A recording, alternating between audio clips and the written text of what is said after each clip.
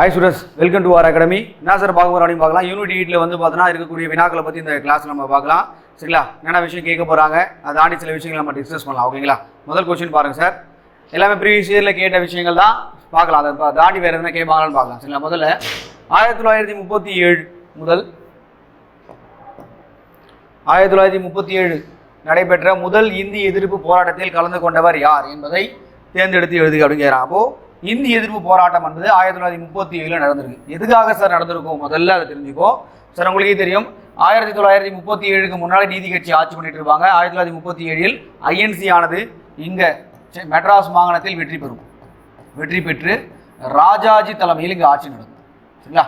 ராஜாஜி தலைமையில் ஆட்சி நடக்கும். அவர் என்ன சார் பண்ணுவார் அப்படின்னு பார்த்தீங்கன்னா, உயர்நிலை பள்ளிகளில் வந்து என்ன பண்ணுவார்னா 3வது மொழியாக இந்தி மொழியை நீங்கள் படிக்கணும்னு சொல்லுவார். ஓகேங்களா?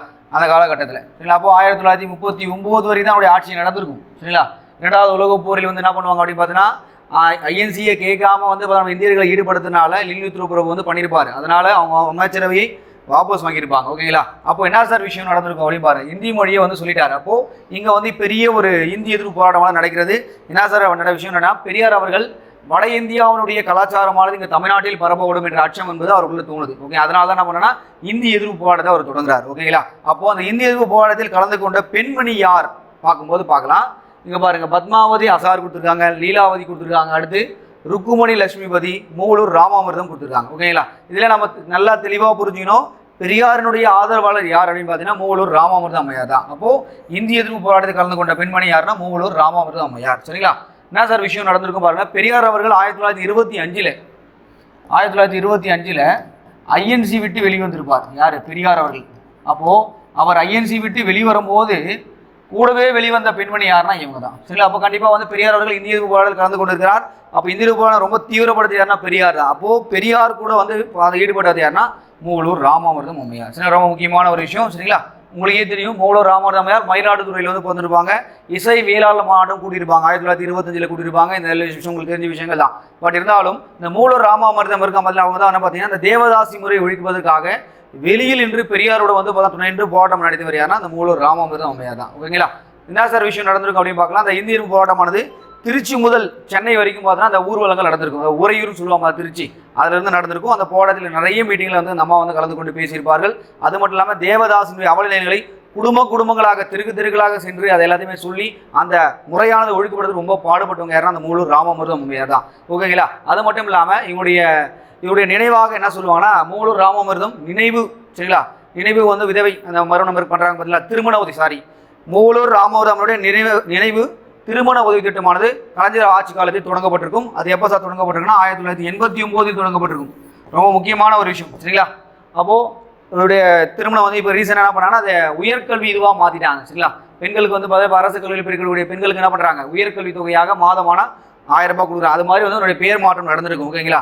சார் வேற என்ன சார் உங்களுடைய புத்தகம் என்பது ரொம்ப முக்கியமான விஷயம் சார். என்ன சார் புத்தகம்? என்னுடைய புத்தகம் தாசிகளினுடைய மோசவலை, தாசிகளின் மோசவலை அல்லாது மதிப்பெற்ற மைனர், இதுதான் அவனுடைய சுயசரிதை. சரிங்களா? அப்போது தாசிகளுடைய, அதாவது தேவதாசிகள் பற்றிய அவலங்கள் எல்லாமே இந்த புத்தகத்தில் சொல்லியிருப்பாங்க. உங்களுக்கு தேவதாசி ஒழிப்பு சட்டமானது சட்டமன்றத்தில் முத்துலட்சுமி ரெட்டி அவர்கள் 1930 வந்து பில்லா பாஸ் பண்ணுவாங்க. ஓகேங்களா? இப்போது தேவதாசி ஒழிப்பு முறை பாஸில் பில்லா, ஆனால் சட்டமாக்கப்பட்டது எப்போனா 1947 தான் சட்டமாக்கப்பட்டிருக்கும். சரிங்களா? அப்போ 1930 வந்து யார் சிஎம்மாக இருப்பாங்கன்னா சுப்பராய் இருப்பார். 1947 சட்டமாக வந்து இது பண்ணது வந்து சைன் பண்ணது யார் அப்படின்னு பார்த்தீங்கன்னா ஓமந்தூரார் ராமசாமி இருப்பார். இதெல்லாம் எக்ஸாமில் நிறைய கேட்பாங்க, நல்லா ஞாபகம் வச்சுருப்பாங்க. அப்போது இந்த பெரியாருடைய ஆதரவாளர் இவ தான். மிச்ச பேர் எல்லாருமே வந்து பாருங்கள், மிச்சம் எல்லாருமே காந்தியினுடைய ஆதரவாளர்கள். நல்லா பாருங்கள். முதல்ல பாருங்க சார், இந்த பத்மாவதி ஆசார் யார்ப்பா அப்படி பார்த்தீங்கன்னா திருப்பூர் சேர்ந்தவங்க. சரிங்களா? திருப்பூர் சேர்ந்தவங்க. உப்பு சத்தியாகிரகம் 1930 கலந்து கொண்டிருப்பார்கள். 1932 சட்ட மறுப்பு இயக்கத்திலையும் கலந்து கொண்டிருப்பார்கள். ஓகேங்களா? திருப்பூருக்கு வந்து பார்த்தீங்கன்னா காந்தியடிகள் வரும்போது எல்லாமே, சரிங்களா, திருப்பூருக்கு வந்து பார்த்தா காந்தியடிகள் வரும்போது எல்லாமே இந்த பத்மாவதி ஆசார் பார்த்தீங்களா, அவங்களுடைய இல்லத்தில் தான் தங்கிக் கொள்வார். சரிங்களா? அப்போது வந்து பார்த்தா 2 அவங்க கலந்து கொண்டிருக்காங்க. ஓகேங்களா? ரொம்ப முக்கியமான ஒரு விஷயம். அடுத்து பார்க்கலாம் சார், லீலாவதி யாருப்பா? உங்களுக்கே தெரிஞ்சுதான், கடலூர் அஞ்சலை அம்மாள் வந்து படிச்சிருப்பீங்க. கடலூர் அஞ்சலை அம்மாள். சரிங்களா? கடலூர் அஞ்சலை அம்மாள். அவங்களுடைய பொண்ணு பேர் என்ன சொல்லுவாங்கன்னா, இயற்பேர் வந்து அம்மா கண்ணு. சரிங்களா? அந்த அம்மா கண்ணு வந்து பார்த்தீங்கன்னா அவங்களுடைய பேர் பொண்ணு பேர் என்னது அம்மா கண்ணு, இயற்பெயர் சரிங்களா என்ன சார் நடந்திருக்கும் அப்படின்னு பார்த்தா நீலன் சிலை அகற்றும் போராட்டம் நடந்திருக்கும் 1927 நடந்திருக்கும். அந்த நீலன் சிலை அகற்றும் போராட்டத்தில் இந்த அஞ்சலி அம்மா இருக்கும், கடலூர் அஞ்சலி அம்மா இருக்கும் பார்த்தீங்கன்னா அவங்களுடைய பொண்ணாக இருக்கக்கூடிய அம்மா கண்ணு 9 வயசாக இருக்கும். அந்த அம்மாவை கூட்டு என்ன பண்ண போராட்டத்தில் ஈடுபட்டு கொடுக்கும், சிறை தண்டனை கொடுக்கப்பட்டிருக்கும். உடனே சிறையில் போய் காந்தியடிகள் பார்ப்பாரு. என்னடா அது 9 வயசு பொண்ணை வந்து கூட்டு வந்து அம்மா போராட்டம் பண்ணியதுன்னு சொல்லிட்டு இந்த அம்மாவுக்கு அண்ணன் என்ன பண்ணுவார்னா காந்தியடிகள் வர்த்தா ஆசிரமத்துக்கு கொண்டு சென்று அங்கே வந்து கல்விகளை கொடுப்பார் சரிங்களா. வேந்த ஆசிரமம் வர்த்தா ஆசிரமத்தில் கல்வியும் கொடுத்து அவங்களுடைய பேரை மாற்றிடுவார். அம்மாக்கனுடைய பேர் என்ன மாற்றுவார், லீலாவதி என்ற பேரை மாற்றுவார். ஓகேங்களா, ரொம்ப முக்கியமான. அப்போது கடலூர் அஞ்சுமலை அம்மாளும் காந்தியினுடைய ஆதரவாளர் தான். ஓகேங்களா, அடுத்து பாருங்கள் ருக்குமணி லட்சுமிபதி. இவங்க யார் சார், உங்களுக்கே தெரியும். உப்பு சட்டத்தை மீறி உப்பு அள்ளியதற்காக முதலில் கைது செய்யப்பட்ட ஒரு இந்திய பெண்மணி இல்லை தமிழக பெண்மணி யாருன்னு கேட்டால் யாரை சொல்லுவீங்க, ருக்குமணி லட்சுமிபதி தான் நீங்கள் சொல்லணும். 1930 இந்த காலகட்டத்தில் நடந்திருக்கும் சரிங்களா. வேற என்ன சார் இங்கே இந்த ருக்குமணி லட்சுமிபதி பற்றி சொல்லலாம் அப்படின்னு பார்த்தீங்கன்னா இவருடைய கணவர் யார் அப்படின்னு பார்த்தா லட்சுமிபதி தான். ருக்குமணின்றது பெண்மணி, லட்சுமிபதின்றது யாருன்னா அவருடைய கணவர். இவருடைய கணவர் என்ன சார் பண்ணியிருப்பார் அப்படின்னு பார்த்தீங்கன்னா உப்பு சட்டத்தை வந்து கொண்டு வந்துட்டாங்கிறதாக தன்னுடைய வீட்டில் இருக்கக்கூடிய உப்பை கூட பார்த்தீங்கன்னா அறவே வந்து பார்த்தீங்கன்னா அதை நிராகரித்திருப்பார். சமையல் இருக்கக்கூடிய அந்த உப்பை கூட அறவே நிராகரித்து போராட்டங்கள் பண்ணியிருப்பாரு சார். அது மட்டுமா வேற என்ன சார் இந்த மாதிரி பண்ணாங்க அப்படின்னு பார்க்கலாம். 1927 இந்த காலகட்டத்தில் உங்களுக்கு தெரியும் சென்னையில் வந்து ஒரு ஐஎன்சி மீட்டிங் நடக்கும். அப்போ வந்து எம்ஏ அன்சாரி என்பவர் தலைமை தாங்கிக் கொள்வார். அப்போ அந்த எம்ஏ அன்சாரி தலைமை தாங்கக்கூடிய இதில் பார்த்தீங்கன்னா இந்த அம்மா வந்து மாதர் பிரிவினுடைய தலைவராக தேர்வு செய்யப்படுவார். ஓகேங்களா, அப்போது அந்த மீட்டிங்கில் வந்து 1927 மீட்டிங்கில் எம்ஏ அன்சாரி தலைமை தாங்குகிறார். நம்ம வந்து பார்த்தோன்னா மாதர் பிரிவினுடைய இதுவாகவும் தேர்வு செய்யப்படுகிறார். அந்த மீட்டிங்கில் காந்திஜியும் நேரும் கலந்து கொள்கிறார்கள். ரொம்ப முக்கியமான ஒரு விஷயம். ஓகேங்களா, அது மட்டும் இல்லாமல் சார் இந்த பெண்மணி வேற என்ன சார் பண்ணாங்க, வெள்ளையனே வெளியேறு இயக்கத்திலும் கலந்து கொண்டார்கள். 1942 நடந்தக்கூடிய இந்த குட் இந்தியன் மூவ்மெண்ட் அது வெள்ளையனே வெளியேறு இயக்கத்தில் கலந்து கொண்டார். அது மட்டும் இல்லாமல் காந்தியடிகளுடைய தீண்டாமை ஒழிப்பு மாநாடு வந்து சென்னையில் நடக்குது. அது ஒரு ராபின்சன் பூங்கா அங்கே நடக்குது. அந்த ராபின்சன் பூங்காவில் வந்து பார்த்தீங்கன்னா என்ன சார் விஷயம் நடந்தது அப்படின்னா ஹரிஜன மக்கள் உங்களுக்கே தெரியும் சார்.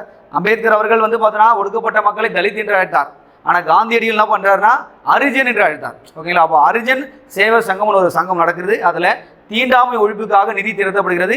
இந்த அம்மா என்ன சார் பண்ணுறாங்க, ருக்குமணி லட்சுமிபதி அவர்கள் தன்னுடைய நகைகள் எல்லாத்தையுமே என்ன பண்ணுறாங்க, தானமாக கொடுக்குறாங்க. அப்போ தீண்டாமை ஒழிப்பதற்காக பாடுபட்டவர் யாருன்னா இந்த அம்மா தான். ஓகேங்களா, ரொம்ப முக்கியமான ஒரு விஷயம். அப்போ உப்பு சட்டத்தை மீறி உப்பி அள்ளியதற்காக கைது செய்யப்பட்ட முதல் பெண்மணி யாருன்னா அந்த ருக்குமணி லட்சுமிபதி தான். ஓகேங்களா, அப்போ இங்கே பாருங்க சார் ஆப்ஷன் வந்து பார்க்கும்போது தெளிவாக போடுறீங்க. பத்மாவதி ஆசார், லீலாவதி மற்றும் ருக்குமணி லட்சுமி எல்லாமே காந்தியினுடைய ஆதரவாளர்கள். ஆனால் இந்திய மொழியை எதிர்க்கிறதுக்காக வந்து பார்த்தீங்கன்னா போராட்டம் பண்ணது யாருன்னா உங்களூர் ராமவர்தம் அம்மையார், யாரோட பெரியாரோட நின்று போராட்டம் பண்ணார் தான் ரொம்ப முக்கியமான விஷயம். உங்களே தெரியும் பெரியாருடைய கொள்கை என்பது வட இந்தியாவுடைய கலாச்சாரமானது இங்கே தமிழ்நாட்டில் பரப்பக்கூடாது என்றுதான் அவருடைய முக்கியமான ஒரு கோட்பாடாக இருந்தது. ஓகேங்களா சரி, ஓகே நம்ம அடுத்த கொஸ்டின் போகலாம் பாருங்க. சார் அடுத்த கொஸ்டின் பாருங்க. கீழ்கண்டவற்றில் அறிஞர் அண்ணாவை பற்றி சரியான கூற்று என்ன அப்படின்னு கேட்குறாங்க. சரிங்களா, உங்களுக்கு தெரிஞ்ச விஷயம் தான். அறிஞர் அண்ணா அவர்கள் 1900 பார்த்தீங்கன்னா ஓபனா சொல்லலாம் அப்படின்னு பார்த்தீங்கன்னா அவர் முதல்ல நீதி கட்சியில் சேருவார். நீதி கட்சியினுடைய மூளையாகவும் செயல்படுவார். சரிங்களா, அப்படின்று வரராஜன் நாயிலும் சொல்லியிருப்பார். ஓகேங்களா, பட் இருந்தாலும் இவர் வந்து பாருங்க அவருடைய இது கேட்டுருக்காங்க சுயமரியாதை திருமணலை அலங்கரித்தார் அப்படின்னு கொடுத்துருக்காங்க. சார் உங்களுக்கே தெரிஞ்ச விஷயம் தான். 1925 பெரியார் அவர்கள் சுயமரியாதை இயக்கமானது உருவாக்கப்பட்டது. செல்ஃப் ரெஸ்பெக்ட் மூவ்மெண்ட் ஆனது உருவாக்கப்பட்டிருக்கும். அந்த சுயமரியாதை இயக்கத்தினுடைய முதல் மாநாடாக 1929 சரிங்களா செங்கல்பட்டில் நடக்கும். எங்கே சார் நடக்கும், செங்கல்பட்டு. இந்த செங்கல்பட்டில் நடக்கும்போது அதனுடைய தலைமை தாங்கியவர் யார் அப்படின்னா சவுந்தர பாண்டியன் தலைமை தாங்கியிருப்பார். அதிலே பெண்களுக்கான முன்னேற்றங்களை பற்றி எல்லாத்தையுமே பேசியிருப்பாங்க. அதில் தான் சுயமரியாதை திருமணத்தை பற்றி பேசியிருப்பாங்க. அப்போது பெரியாருடைய மிகச்சிறந்த ஒரு ஆதரவாளர் யார் அப்படின்னு பார்த்தீங்கன்னா ஒரு கொள்கையை வந்து ஃபாலோ பண்ணது யாரா அறிஞர் அண்ணா அவர்கள் தான், CN அண்ணாதுரை. அப்போது கண்டிப்பாக நம்ம சுயமரியாதை திருமணம் என்றால் ஒன்றும் இல்லை சார், புரோகிதர்கள் இல்லாமல் தாலியை கட்டிக்கொள்ளாமல் சரிங்களா அப்படியே வந்து பார்த்தீங்கன்னா ரிலேஷன்ஷிப்பில் வாயிறு தானே சொல்லுவாங்க சுயமரியாதை திருமணம். இதுக்கு வந்து அங்கீகாரம் கொடுக்கப்பட்டதானா முதல் ஆரம்ப காலத்தில் கொடுக்கப்படவில்லை.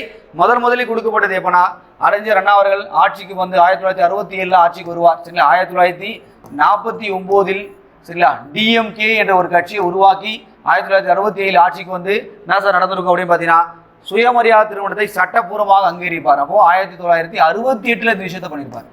67 சட்டம் பில் பாஸ் பண்ணியிருந்தாலும் 68 நடைமுறைப்படுத்தப்பட்டதே. ஓகேங்களா, அப்போ அங்கீகரித்தார். ரைட்டான விஷயம். சென்னை மாநிலம் என்ற பெயரை தமிழ்நாடு என்று மாற்றினார்.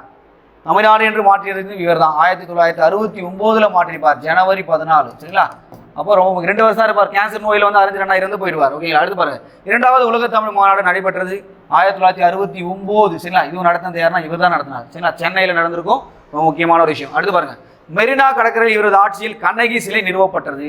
ஓகேங்களா, இது நிறுவப்பட்டது தான். அப்போ 4 விஷயமே கரெக்டான விஷயம். ஓகேங்களா, அப்போ எல்லாமே சரியான விஷயம். 1 2 3 4 எதுவுமே சரி. உங்களுக்கே தெரியும் சார் அறிஞர் அண்ணா அவர்கள் முதல் நீதி கட்சியில் சேரும்போது அவர் வந்து பார்த்தீங்கன்னா நீதி கட்சியினுடைய மூளையாக செயல்பட்டார் அப்படின்னு சொல்லுவாங்க. அதாவது அப்படின்னு சொன்னது யாருன்னா வரதராஜலு நாயுடு என்ற காங்கிரஸ் கட்சியை சேர்ந்தவர். வரதராஜலு நாயுடு சரிங்களா, அவர் சொல்லியிருப்பாரு. அதுக்கடுத்து பார்த்தீங்கன்னா வந்து பெரியாரோட சேர்ந்து கொண்டு நீதி கட்சியினுடைய பெயரை 1914 என்ன சொல்லியிருப்பாங்க, திராவிடர் கழகமாக மாற்றிருப்பாங்க. சரிங்களா, திராவிடர் கழகம். சரி, திராவிட கழகமாக மாற்றிட்டாங்க. சரி, அடுத்து என்ன சார் நடந்திருக்கும்? 1949 பெரியார் அவர்கள் மணியம்மையை கல்யாணம் பண்ணுற ஒரு காரணத்துக்காக அந்த திராவிட கழகத்திலிருந்து வெளியேறி திராவிட முன்னேற்ற கழகம், அதாவது சரிங்களா டிஎம்கே என்ற ஒரு கட்சியை ஆரம்பிச்சிருப்பாங்க. ஓகேங்களா, இந்த கட்சியானது ஆரம்பிக்கப்பட்டு 1967, அதாவது ஒரு 18 வயசு வருஷம் பார்த்தீங்கன்னா அதோட கொள்கையான பரப்பப்பட்டு மீண்டும் அந்த ஆட்சி கட்டு வர்றதுக்கு பார்த்தா முக்கியமான ஒரு காரணம் தான் இந்திய எதிர்ப்பு போராட்டம் தான். சரிங்களா, அதுக்கடுத்து வந்து பார்த்தீங்கன்னா ஒரு உணவு தட்டுப்பாடு. இந்த 2 காரணத்துக்காக தான் ஐஎன்சி ஆனது, இந்திய தேசிய காங்கிரஸ் கட்சியானது இங்கே வந்து காங்கிரஸ் கட்சியான தமிழ்நாட்டிலிருந்து அகற்றப்பட்டு அதுக்கடுத்து வந்து திராவிட கட்சிகள் ஆட்சிக்கு வந்தன. இது வரைக்கும் பார்த்தீங்கன்னா திராவிட கட்சிகள் தான் ஆட்சி செய்து கொண்டிருக்கிறார்கள். அப்போ திராவிட கட்சி அகற்றப்படான முக்கியமான காரணம் என்பது ஐடியாலஜியாக சொல்லணும்னா இந்திய எதிர்ப்பு போராட்டம், உணவு தட்டுப்பாடு என்பது அந்த காலகட்டத்தில் நடைபெற்ற ஒரு முக்கியமான ஒரு விஷயம். சரிங்களா, அப்போது அண்ணாதுரை வந்தனுடைய விஷயங்கள் வந்து நல்லா பார்த்துங்க சார். 1967 ஆட்சிக்கு வராரு. 2 வருஷம் தான் இருக்கார். உடனே கேன்சர் நோய் வந்து இறந்து போகிறார். அவருடைய ஊர்வலத்துக்கு எவ்வளோ கோடி மக்கள், சரிங்களா, அதாவது அந்த இது வரைக்கும் இறுதி ஊர்வலத்திலே அது மாதிரி யாருமே கலந்து கொள்ளவில்லை. அது மாதிரி விஷயங்கள்லாம் நடந்திருக்கு. ஓகேங்களா, அடுத்த கொஸ்டின் பாருங்க சார். அடுத்து பாருங்க, கீழ்கண்ட கூற்றுகளில் ஈவி ராமசாமி பற்றி தவறான கூற்று எது அப்படின்னு கேட்குறாங்க. சரி, என்ன சார் ஈவே ராமசாமி பற்றி தவறான கூற்று என்ன அப்படின்னு கேட்குறாங்க. பார்க்கலாம். முதல்ல ஈவி ராமசாமி வைக்கம் வீரர் என்று அழைக்கப்படுகிறார். கரெக்ட் தான் சார். என்ன சார் வைக்கம் வீரர் அப்படின்னா, இவர் 1924 மார்ச் மாதம் 30ஆம் தேதி கேரளாவில் இருக்கக்கூடிய கோட்டயம் மாவட்டம், அங்கே தான் வைக்கம் என்ற ஊர் இருக்குது. கேரளாவில் என்ன சார் ஒரு ஊர் கேட்டயம். சரிங்களா, அங்கே என்ன சார் விஷயம் நடந்திருக்கு அப்படின்னா, அங்கே ஒரு மகாதேவ சிவாலயம் இருக்குது. அந்த சிவாலயத்தை சுற்றி இருக்கக்கூடிய மக்கள், சமுதாய மக்கள் யாருன்னா ஈழவர் அப்படின்னு சொல்லுவாங்க. அந்த மக்களுடைய பேர் என்னது, ஈழவர். அந்த ஈழவர் மக்களுக்கு வந்து அந்த கோயிலை சுற்றி வரக்கூடிய அந்த சுற்றுப்பாதையை கூட செல்றதுக்கான அனுமதி கிடையாது. இந்த மாதிரி விஷயம் தீண்டாமை கொடுமைகள் நடந்திருக்கு. அப்போ கேரளாவில் இங்கே வந்து பார்த்தீங்கன்னா முதல்ல அங்கே வந்து எதிர்ப்பு தெரிவிக்கக்கூடிய இயக்கங்கள் என்பது முதல்ல வந்து பார்த்தீங்கன்னா அங்கே தலைவராக எதிர்ப்பு தெரிவிக்கக்கூடிய இதுவாக இருந்தது ஏன்னா கேலப்பன் என்பவர் அங்கே வந்து போராட்டம் பண்ணிட்டு இருக்கார். அங்கே கேரளாவை சேர்ந்தவர் அவர். அப்போது போராட்டம் நடந்திருக்கு. அங்கே வந்து பார்த்தீங்கன்னா காந்தியடிகளும் கலந்து கொள்கிறார். அது மட்டும் இல்லாமல் இங்கே இருக்கக்கூடிய அறிஞர்களாக இருக்கக்கூடிய காமராசரும் கலந்து கொள்வார். அது மட்டும் இல்லாமல் அங்கே ரோசாபு துரை என்று அறியப்படுகிற ஜார்ஜ் ஜோசப், நீங்கள் படிச்சிருப்பீங்க, ஜார்ஜ் ஜோசப் சரிங்களா. ரோசாபுதுரை மதுரை மக்களால் அழைக்கப்பட்டவர், வழக்கறிஞர் தொழிலை செய்து மக்களுடைய வாழ்வாதாரத்துக்கு நிறைய போராடியிருப்பார். தன்னாட்சி இயக்கம் மதுரையில் நடத்தி வரான ஜார்ஜ் ஜோசப். இந்த ஜார்ஜ் ஜோசப் அவர்கள் அழைத்து தான் வைக்கமுக்கு வந்து பார்த்தீங்கன்னா பெரியார் போவார். பெரியார் போனதுக்கப்புறமா தான் அந்த போராட்டமானவர் மிக தீவிரமடைந்து இந்த கோயிலுக்குள் வந்து பார்த்தீங்கன்னா அந்த சுற்றி வரக்கூடிய தெருவுகளில் வந்து மக்கள் அனுமதிக்கப்பட்டனர். அப்போது வைக்கம் வீரர் என்று அழைக்கப்பட வந்து பார்த்தீங்கன்னா யாருன்னா இவர் தான், வாரியர் ஆஃப் த வைக்கம், யார், பெரியார். ஓகேங்களா, அப்போது யார் கூப்பிட்டு போனாங்களுடைய எக்ஸாம்பிள் கேட்பாங்க, ஜார்ஜ் ஜோசப், மதுரையினுடைய மக்களால் ரோசாபுதுரை என்று அறியப்பட்டவர். ஓகேங்களா, இவர் தான். அவரும் கேரளா மாநிலத்தை சேர்ந்தவர் தான். சரிங்களா, அப்போ இவர் போனதுக்கு அப்புறமா தான் என்ன இருக்கு, அந்த போராட்டமான தீவிரமடைந்து பெரியார்களுக்கு 1 மாதம் சிறை தண்டனை கொடுக்கப்பட்டது. மீண்டும் திரும்பி போராட்டம் பண்ணார். திரும்பி 2 மாதம் 3 மாதம் 6 மாதம் சிறை தண்டனைலாம் கொடுத்தாங்க. அப்போது வைக்கத்தில் வந்து பார்த்தா அந்த மக்கள், ஈழவர் மக்கள் வந்து கோயிலை சுற்றி வரதுக்காக பாடுபட்டது யாருன்னா பெரியார் அவர்கள். அப்போது வைக்கம் வீரர் என்று அறியப்பட்டவர் யாருன்னா இவர் தான். சரிங்களா, அடுத்து பாருங்க சார், குருகுல கல்வியை முறையை ஆதரித்தார் அப்படின்னு கொடுத்துருக்காங்க. சார் பாருங்க, தப்பான ஒரு விஷயம் தான், தவறான விஷயம். இதிலே நம்ம கண்டுபிடிச்சோம். உங்களுக்கு குருகுல கல்வி என்றால் ஒன்றும் இல்லை சார். அந்த காலகட்டத்தில் வந்து ஆசிரியர்கள் இருக்கக்கூடிய இடத்திற்கே சென்று அவர்களுக்கு சேவை செய்து கொண்டு அங்கேயே என்ன பண்ணால் படிப்பாங்க. அப்பா செய்யக்கூடிய அந்த தொழில்களை வந்து பார்த்தோன்னா ஒரு 4 மணி நேரத்தில் படிக்கிற வேலை, இது கற்றுக்கிற வேலையை பார்ப்பாங்க. ஓகேங்களா, அப்போ 4 மணி நேரம் கல்வி, 4 மணி நேரம் வந்து பார்த்தா அவன் முன்னோர்கள் செய்த வேலையை கற்றுவாங்க தான் குருகுல கல்வி. சரிங்களா, இந்த குருகுல கல்வி வந்து பார்த்தோன்னா ராஜாஜி அவர்கள் 1951, 52 இந்த காலகட்டத்தில் பொது தேர்தல் நடந்திருக்கும். அப்போ ராஜாஜி அவர்களும் குருகுல கல்வியை கொண்டு வருவாருங்க. அந்த குலக்கல்வி எதிர்ப்பின் காரணமாக தான் ராஜாஜி அவர்கள் தன்னுடைய அமைச்சர் பதவியை வந்து பார்த்தோன்னா ராஜினாமா பண்ணிட்டு போவார். சரிங்களா, அப்போது இங்கே பாருங்க, அப்போ குருகுல கல்வியை எதிர்த்தவர் யார் அப்படின்னு பார்த்தீங்கன்னா யார், பெரியார் அவர்கள் எதிர்த்தார், ஆதரிக்கவில்லை. இதுதான் தவறான விஷயம். உங்களுக்கு இந்த குருகுல கல்வி என்பது வட இந்தியாவில் கொண்டு வரப்பட்ட ஒரு விஷயம் தான். நம்ம இதில் வந்து பார்த்தா திண்ணைப்பள்ளி இதெல்லாம் சொல்லுவாங்க. ஓகே, இந்த மாதிரி விஷயங்கள் இருந்தது. அடுத்து பாருங்க சார், சுயமரியாதை இயக்கத்தை தோற்றுவித்தவர். கரெக்ட் தான் சார். 1925 சுயமரியாதை இயக்கமான தோற்றுவிக்கப்பட்டது. சுயமரியாதை இயக்கத்துடைய அதிகாரப்பூர்வமான செய்தியாளர் எதுனா குடியரசு, ரிபப்ளிக். சரிங்களா, இது எப்போ உருவாக்கப்பட்டது, 1925. ரொம்ப முக்கியமான ஒரு விஷயம். ஓகேங்களா, அடுத்து பாருங்க, சுயமரியாதை திருமணத்துக்கு ஆதரவு தெரிவித்தார். அது அங்கீகாரம் பண்ணது யாரு, அண்ணா அவர்கள் போன இதிலே பார்த்தோம். அப்போது எதுவுமே ரைட்டான விஷயம் தான். அப்போ இது சார் தவறு, இதுதான் தவறான விஷயம். சார் பெரியாரை பற்றி வேற என்ன சார் விஷயங்கள் கேட்பாங்க, அவருடைய பத்திரிகைகள் கேட்கறது நிறைய வாய்ப்பு இருக்கு. பாருங்க, 25 சரிங்களா குடியரசு, அது வந்து 28 ரிவோல்ட் பத்திரிகை. இந்த ரிவோல்ட் பத்திரிகை என்ன சார், ஆங்கில பத்திரிகை. அடுத்து பாருங்க சார், 1933 புரட்சி. சரிங்களா? அடுத்து 1934 பகுத்தறிவு. சரிங்களா? அடுத்து 1935 விடுதலை. அடுத்து 1970 இந்த காலகட்டத்தில் உண்மை என்ற பத்திரிகை. இந்த பத்திரிகை எல்லாமே கேட்கறதுக்கான நிறைய வாய்ப்புகள் இருக்கு. நல்லா படிச்சுட்டு போகணும். சரிங்களா? ஓகேங்களா? அவருடைய புத்தக பேர் என்ன சொல்லுவாங்க? பெண் ஏன் அடிமையானால் என்பது அவருடைய முக்கியமான ஒரு புத்தகம். அதை நல்லா தெரிஞ்சு வச்சுங்க. அது மட்டும் இல்லாமல் சார் பெரியாருடைய கோட்பாடுகள் எல்லாமே நீங்கள் படிச்சிருப்பீங்க. சுயமரியாதை திருமணம், குழந்தைகள் திருமணத்தை வந்து தடை செய்ய வேண்டும், விதவைகள் மறுமணம் செய்து கொள்ள வேண்டும். சரிங்களா? அந்த மாதிரி விஷயங்கள் எல்லாமே பண்ணியிருப்பாரு. நான் வச்சு அப்போ குருகுல கல்வியை அவர் எதிர்த்தார். சரிங்களா? அப்போ பார்ப்பனர்கள் வந்து பார்த்தாவே பிராமணருடைய ஆதிக்கம் என்பது இருக்கக்கூடாதுன்றது தான் நான் சொல்ல வர விஷயமே முக்கியமான விஷயம். ஓகேங்களா? அடுத்த கொஸ்டின் பாருங்க. அடுத்து பாருங்க, காலை வரிசைப்படுத்தி வந்து பார்த்தீங்கன்னா ஒரு கேட்டிருக்காங்க. அது பெரியார் பற்றி கொடுத்துருக்காங்க. பார்க்கலாம். ஈவே ராமசாமி தலைமை நீதி கட்சி திராவிட கழகம் என மாற்றி அமைக்கப்பட்டது. எப்போ சார் மாற்றி அமைக்கப்பட்டது? இவர் நீதி கட்சியுடைய தலைவராக தேர்வு செய்யப்பட்டது 1938 தேர்வு செய்யப்படுவார். ஆனால் 1944 தான் திராவிட கழகமானது உருவாக்கப்படும். 44. சரிங்களா? ஃபர்ஸ்ட்.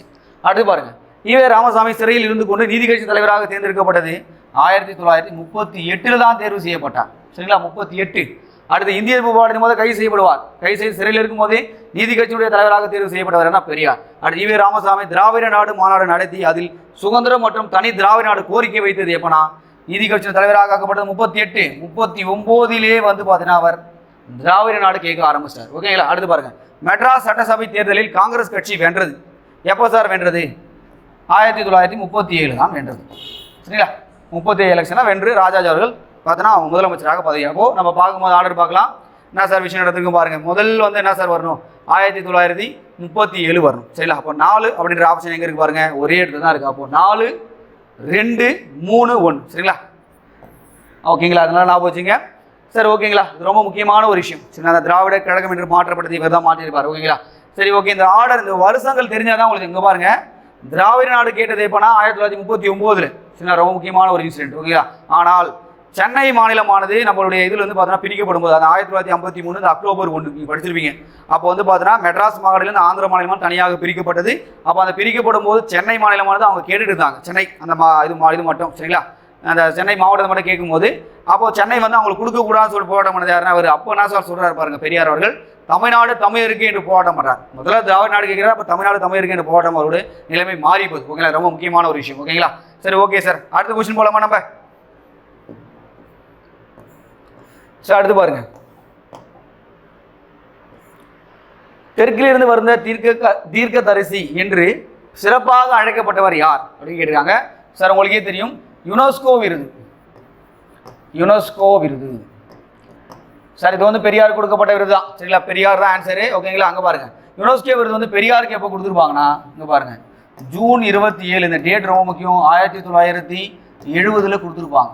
சரிங்களா? அப்போது தெற்கிலிருந்து வந்த தீர்க்கதரிசி யாருன்னா இவர் தான். ரொம்ப முக்கியமான ஒரு விஷயம். சரிங்களா?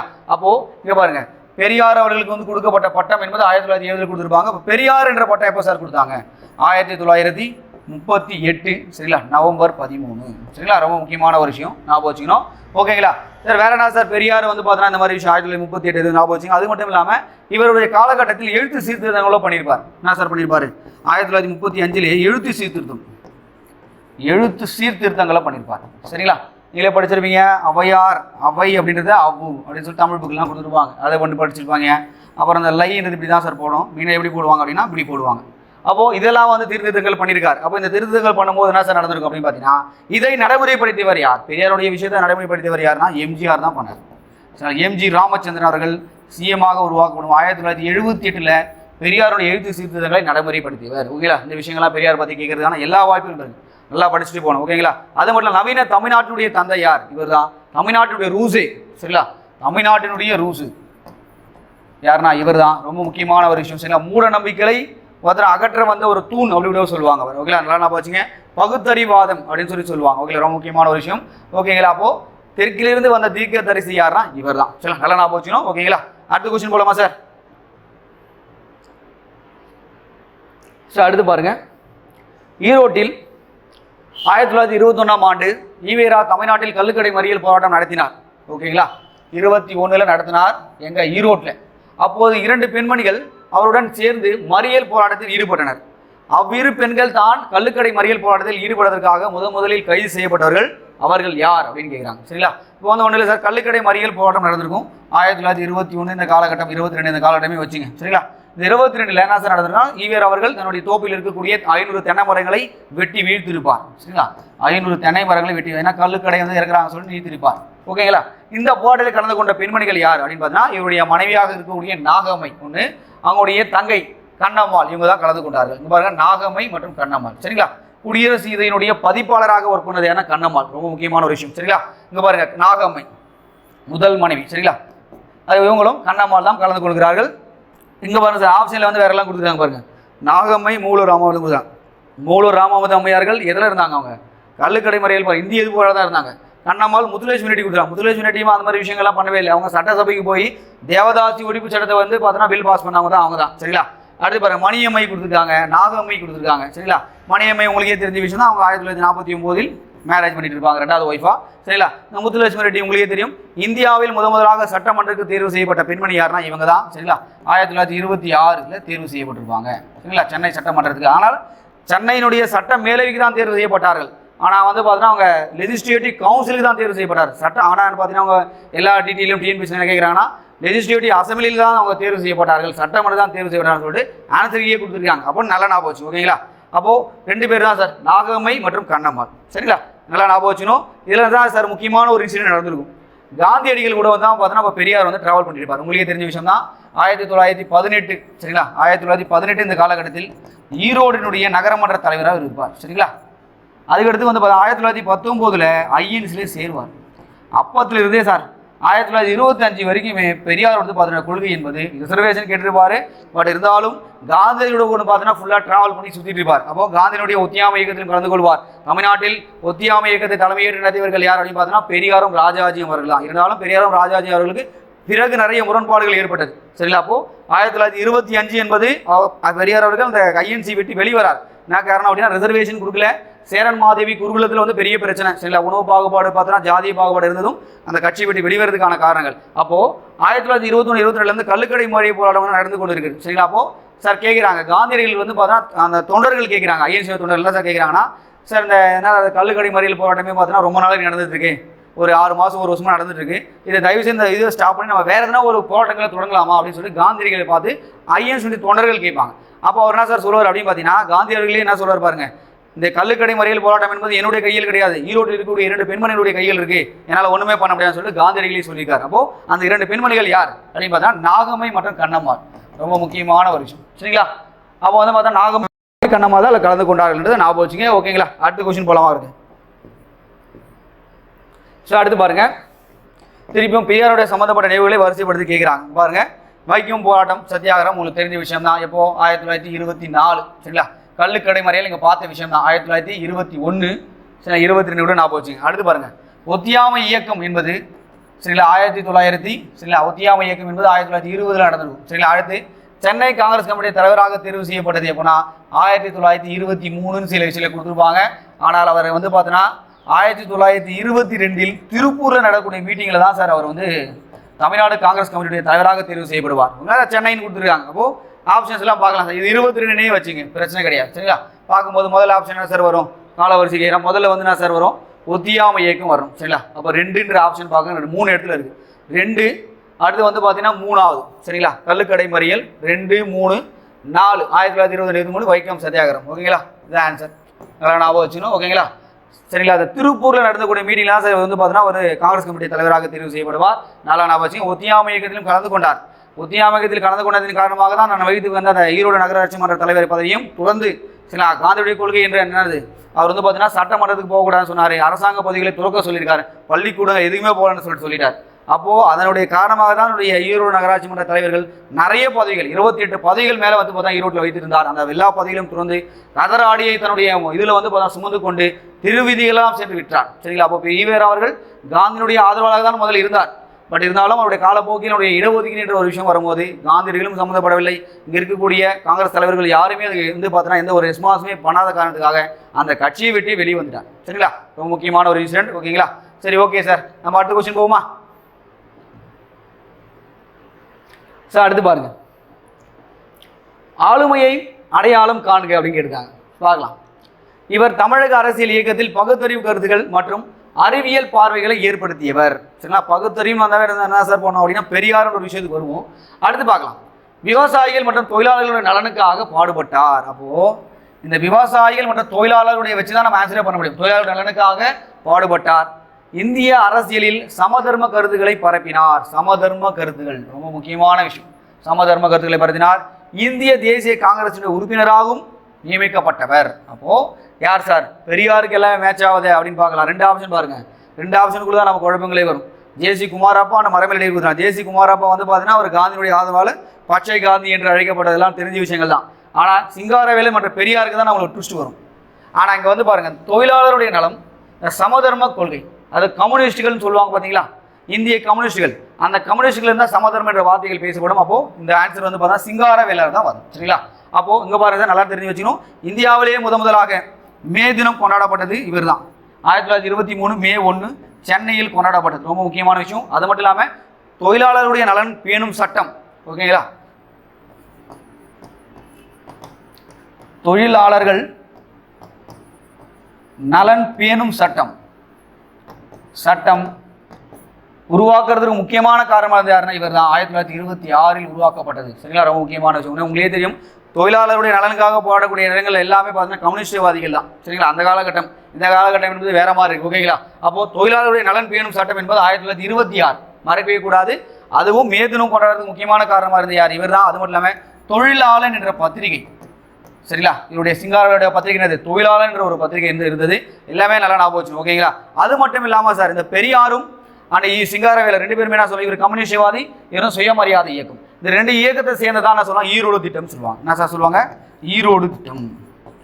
சரிங்களா, ஈரோடு திட்டம். இந்த ஈரோடு திட்டம் என்பது 1925 உருவாக்கப்பட்டது. இது 2ம் யாருக்கு இருக்கும்? 2 பேரும் சேர்ந்து உருவாக்குனாங்கன்னா கம்யூனிஸ்ட்வாதியாக இருக்கக்கூடிய சிங்காரவேலரும் ஈவே ராமசாமி அவர்களும் 2 பேரும் சேர்ந்து என்ன பண்ணாங்க? 1925 ஈரோடு திட்டமானது உருவாக்கப்பட்டது. இதில் வந்து சார் ஒன்றும் சார் இந்த எல்ஐசி பாலிசி இது எல்லாத்தையுமே உருவாக்கியிருப்பாங்க. சரிங்களா, அது மட்டும் சுயமரியாதை திருமணங்களை ஊக்குவிக்கணும், நிறைய விஷயங்கள் பேசணும். அது கிராம மேம்பாடு எல்லாருமே அந்த விஷயத்தில் பேசப்பட்டிருக்கும்.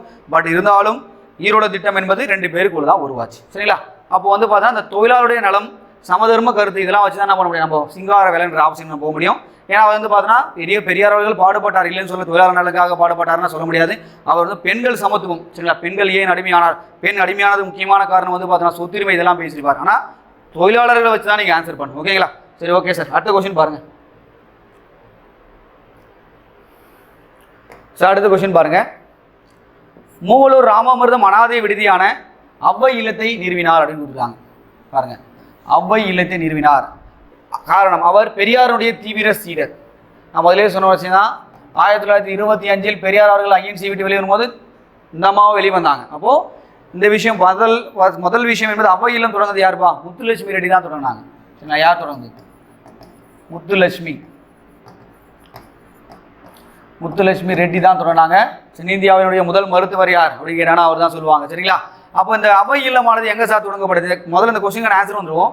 முதல் கூற்று என்பது தவறு, 2வது காரணம் மட்டும் சரி. சரிங்களா, அப்போ பெரியாருடைய ஆதரவாளர் தான். சரி, இந்த முத்துலட்சுமி ரெட்டி அவர்கள் என்ன சார் பண்ணாங்க? அந்த அவை இல்லம் எங்கே தொடங்கினாங்க? சென்னையில் இருக்கிற சாந்தூம் இல்லை தொடங்கினாங்க. சரிங்களா, அது மட்டும் இல்லாமல் இது ஆதரவற்ற பெண்களுக்காக தொடங்கப்பட்ட ஒரு அமைப்பு இந்த சாந்தூம். இப்போ எங்கே சார் இருக்குன்னா அது அடையாறில் இருக்குது. இந்த அமைப்பு எங்கே சார் இருக்குது?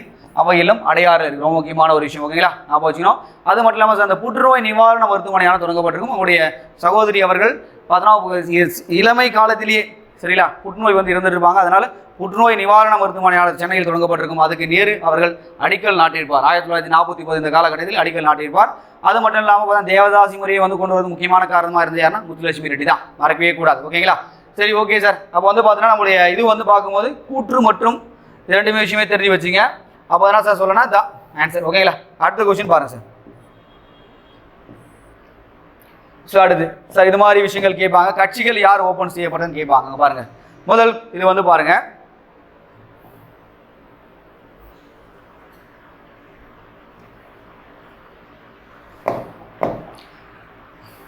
சார் பாருங்கள், சுதந்திரா கட்சி அது யார் சார் நிறுவனது அப்படின்னு கேட்குறாங்க. சார் யார் சார் சுதந்திரா கட்சி நிறுவனது அப்படின்னா ராஜகோபாலாச்சாரி தான் நிறுவனார். சரிங்களா, 1959 நிறுவப்பட்டிருக்கும். என்ன சார் விஷயம் நடந்திருக்கு அப்படின்னு பாருங்களேன்.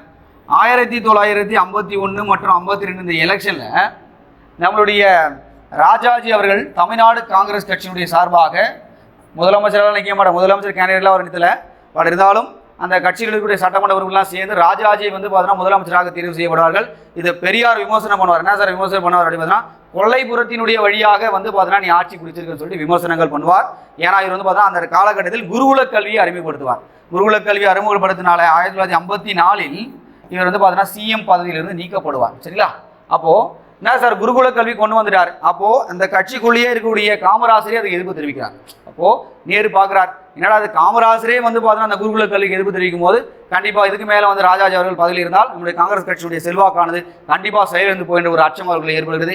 அதனால் அவர் கட்சியை விட்டு தொழிலே தர்றாங்க. சரிங்களா? அப்போ காமராசர் தேர்வு செய்யப்படுகிறார். 1954 முதல் 63 வரை, சரிங்களா, 1963 வரை பார்த்தீங்கன்னா ஒரு தொடர்ந்து 9 ஆண்டுகள் காமராசருடைய ஆட்சியாளர் சிறப்பாக நடைபெற்றிருக்கும்.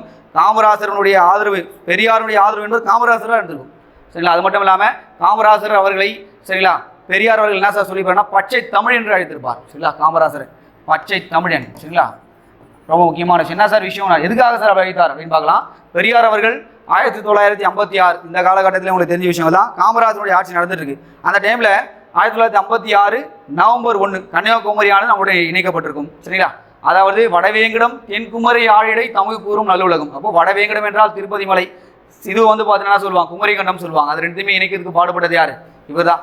பாடுபட்டாருன்னு சொல்ல முடியாது. அந்த ஆட்சி காலத்தில் இந்த தமிழ்நாடு ஒரு முழு வடிவம் பெற்றது. சரிங்களா? காமராஜர் ஆட்சி காலத்தில் அது மாதிரி தமிழ் வந்து ஆட்சி மொழியாக அறிவிக்கப்பட்டது. அப்போ இது மாதிரி விஷயங்கள்லாம் பண்ணதுனால பெரியார் என்ன பண்ணார், காமராஜரை பார்த்து இவர் வந்து ஒரு பச்சை தமிழன் அப்படின்னு சொல்லியிருப்பார். ஓகேங்களா? அப்போ ராஜாஜி அவர்கள் இந்த கட்சியை ஆரம்பித்தார். எப்போ? 1959 சுதந்திரா கட்சியை ஆரம்பித்தார். ஏன்னா வந்து காங்கிரஸ் வெளித்தள்ளப்பட்டார். என்ன பண்ணுறது, கட்சி ஆரம்பிச்சா ஆகணும். அடுத்து பாருங்க, கதர் கட்சி. சார் கதர் கட்சி யார் சார் ஓப்பன் பண்ணுறது அப்படின்னா சோகன் சிங் பாங்கா. சரிங்களா? கதர் கட்சி இது வந்து வெளிநாட்டில் ஆரம்பிக்கப்பட்டிருக்கும், சில அமெரிக்காவில் ஆரம்பிக்கப்பட்டிருக்கும். ஓகேங்களா? அடுத்து பாருங்க, சுயராஜ்ய கட்சி யார் ஆரம்பிச்சது? மோதிலால் நேரு. சரிங்களா? மோதிலால் நேரு 1923 ஜனவரி 1. சரிங்களா? மோதிலால் நேரும் சித்ரன் தாஸ், சிஆர் தாஸ். சரிங்களா? இவங்க தான் சேர்ந்து ஆரம்பிச்சிருப்பாங்க. ஏன்னா சுயராஜ்ய கட்சி ஆரம்பம். என்ன சார் விஷயம் நடந்திருக்குன்னா, காந்தியடிகள் ஒத்தியாமையின் காரணமாக சட்டமன்ற தேர்தலில் போட்டி போட மாட்டாங்க. அப்போது மாற்றத்தை வேண்டக்கூடியவர்கள், மாற்றத்தை வேண்டாதவர்கள் இருப்பாங்க. மாற்றத்தை வேண்டக்கூடியவர்கள் யார் அப்படி பார்த்தீங்கன்னா, எலெக்ஷனில் போட்டி போட்டு நம்ம சட்டமன்றத்துக்கு போகணும்னு ஆசைப்பட்டவர்கள் யாருன்னா மோதிலால் நேரு, சிஆர் தாஸ். மாற்றத்தை வேண்டாதவர்கள் யாருன்னா காந்தியுடைய கொள்கையை பிடிச்சிட்டு அப்படியே இருந்தவங்க யார் யார் பாருங்க, ராஜாஜி, சில நம்முடைய சர்தார் வல்லபாய் பட்டேல், மதன் மோகன் மாளவியா, ராஜேந்திர பிரசாத், இவங்களாம் வந்து பார்த்தா சட்டமன்றத்துக்கு போகக்கூடாது, காந்தி என்ன சொல்லிட்டு போனாரோ அதே நம்ம ஃபாலோ பண்ணிட்டு இருப்போம்னு சொல்லிட்டு நின்னவங்க. ஓகேங்களா? நல்லா ஞாபகம் வச்சுங்க. அடுத்து பாருங்க சார், ஃபார்வர்ட் பிளாக் கட்சி. ஃபார்வர்ட் பிளாக் கட்சி வந்து பார்த்தீங்கன்னா யார் சார் ஓப்பன் பண்ணியிருப்பாங்க? சுபாஷ் சந்திர போஸ். ஓகேங்களா? ஏன்னா வந்து பார்த்தீங்கன்னா இவர் 1939 இந்த காலகட்டத்தில் ஐஎன்சிலேருந்து பார்த்தா எதிர்ப்பு காரணமாக வெளிவந்து நம்ம ஃபார்வர்ட் பிளாக் கட்சி என்ற ஒரு கட்சியை ஆரம்பிச்சிருப்பார். அப்போ ஆப்ஷன்ஸ்லாம் வந்து பார்க்க முடியாது சார். நான் அதை வர முதல்ல 3, 1, 2, 4. சரிங்களா? வேறு என்ன சார் இந்த விஷயத்தெல்லாம் கேட்பாங்கன்ற மாதிரி நம்ம பார்க்கலாம். சரிங்களா? தமிழ்நாட்டில் வந்து பார்த்தோன்னா என்னென்ன கட்சிகள் ஓப்பன் செய்யப்பட்டது, அந்த கட்சியுடைய தலைவர்கள் யார், எந்த வருஷம் ஓப்பன் பண்ணாங்கிறத நம்ம பார்க்கலாம். இங்கே பாருங்கள் சார், முதல்ல வரது இது ஸ்லைடு ஓப்பன் பண்ணிக்கோ தானே.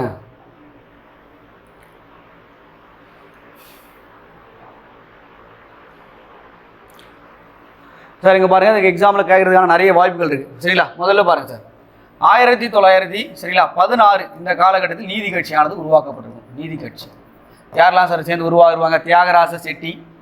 சரிங்களா? தியாகராஜ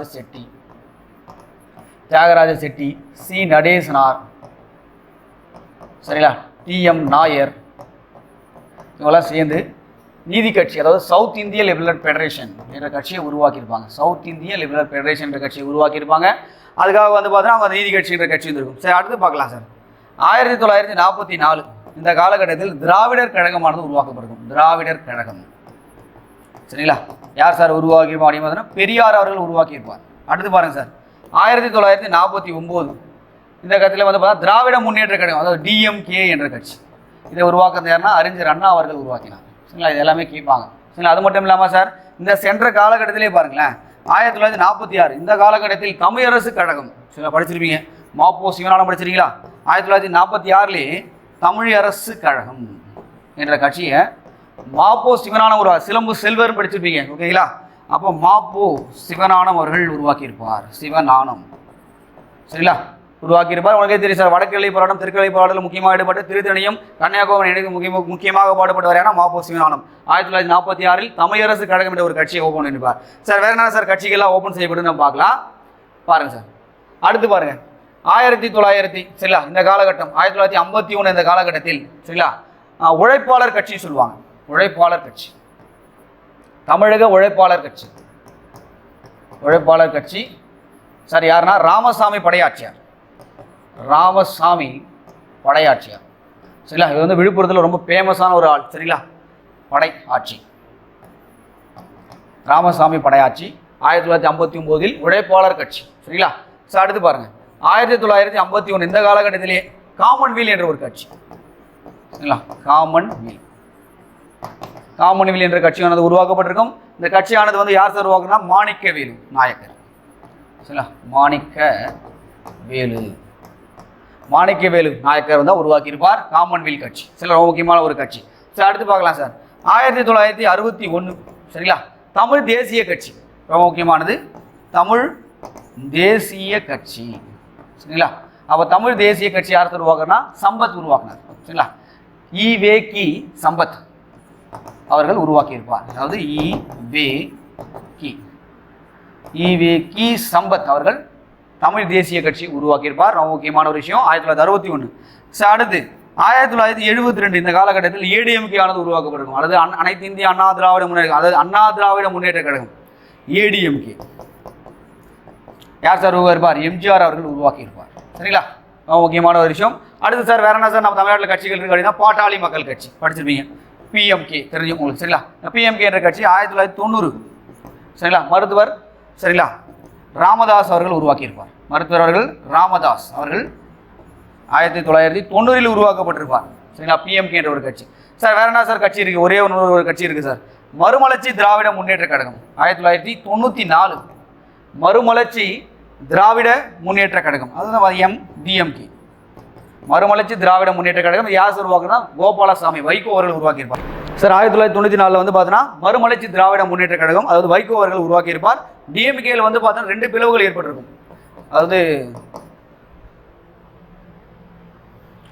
சார் இங்கே பாருங்க, டிஎம்கே என்ற கட்சியில் 2 டைம் பிளவுகள் ஏற்பட்டிருக்கும். ஒன்று 1972 கலைஞர் கருணாநிதி அவர்கள் தான் டிஎம்கே கட்சியுடைய இதுவாக இருப்பார். அப்போ 1972 எம்ஜிஆர் அவர்கள் பிரிச்சுட்டு போயிடுவார்.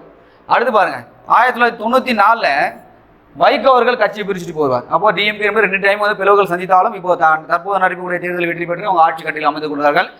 எம்ஜிஆர் அவர்கள் பிரிஞ்சு போகும்போது கூட பார்த்தா அந்த கட்சியில் பெரிய பாதிப்புகள் ஏற்படவில்லை. ஆனால் வைகோ அவர்கள் பிரிஞ்சு போகும்போது நிறைய ஏகப்பட்ட மாவட்ட செயலாளர்கள் சரிங்களா, அவங்க தான் பார்த்தா நிறைய பேர் பிரிஞ்சு போனாங்க. ஒரு 25 மாவட்ட செயலாளர்கள் வந்து கூட்டிட்டு போனார். ஓகேங்களா. வைகோ என்பது மிகப்பெரிய சிறந்த ஒரு ஆளுமை தான் சரிங்களா. சரி ஓகே சார், இன்னைக்கு வந்து பார்த்தீங்கன்னா நம்ம யூனிட் 8 இருக்கக்கூடிய வினாக்களை பற்றி நம்ம விவாதிச்சோம். நம்ம இதே மாதிரி வந்து பார்த்தீங்கன்னா அடுத்த வீடியோவில் வந்து பார்த்தீங்கன்னா உங்களை யூனிட் 8 இருக்கக்கூடிய முக்கியமான வினாக்களை வச்சு நம்மளை மீட் பண்ணுறோம். ஓகேங்களா, பாய்.